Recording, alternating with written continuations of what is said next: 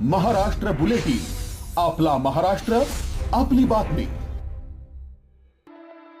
देशभरातील लाखो विद्यार्थ्यांचे भविष्य टांगणीला लावणाऱ्या नीट परीक्षा पेपर फुटी प्रकरणी आता एक खळबळजनक खुलासा समोर आलाय।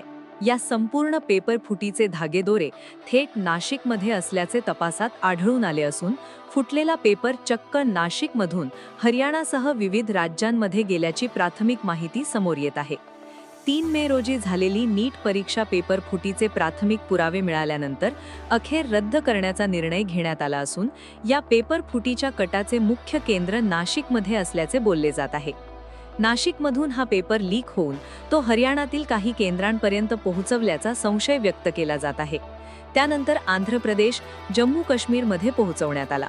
नीटचा पेपर नेमका कसा फुटला, कोणामार्फत लीक झाला आणि यामध्ये कुणाकुणाचे हात गुंतले आहेत याची आता सखोल सीबीआय चौकशी केली जाणार आहे।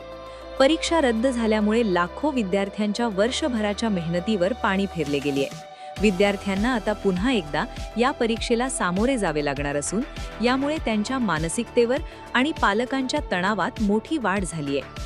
ही परीक्षा पुन्हा घेतली जाणार असली तरी विद्यार्थ्यांकडून कोणतेही अतिरिक्त शुल्क आकारले जाणार नाही। 2024 मध्येही असाच प्रकार घडल्यानंतर समिती स्थापन करण्यात आली होती, मात्र तरीही 2026 मध्ये पुन्हा एकदा पेपर फुटीचा प्रकार घडल्याने शिक्षण व्यवस्थेवर आणि परीक्षा घेणाऱ्या यंत्रणेवर मोठे प्रश्नचिन्ह निर्माण झाले। Bureau report, Maharashtra bulletin, Nashik.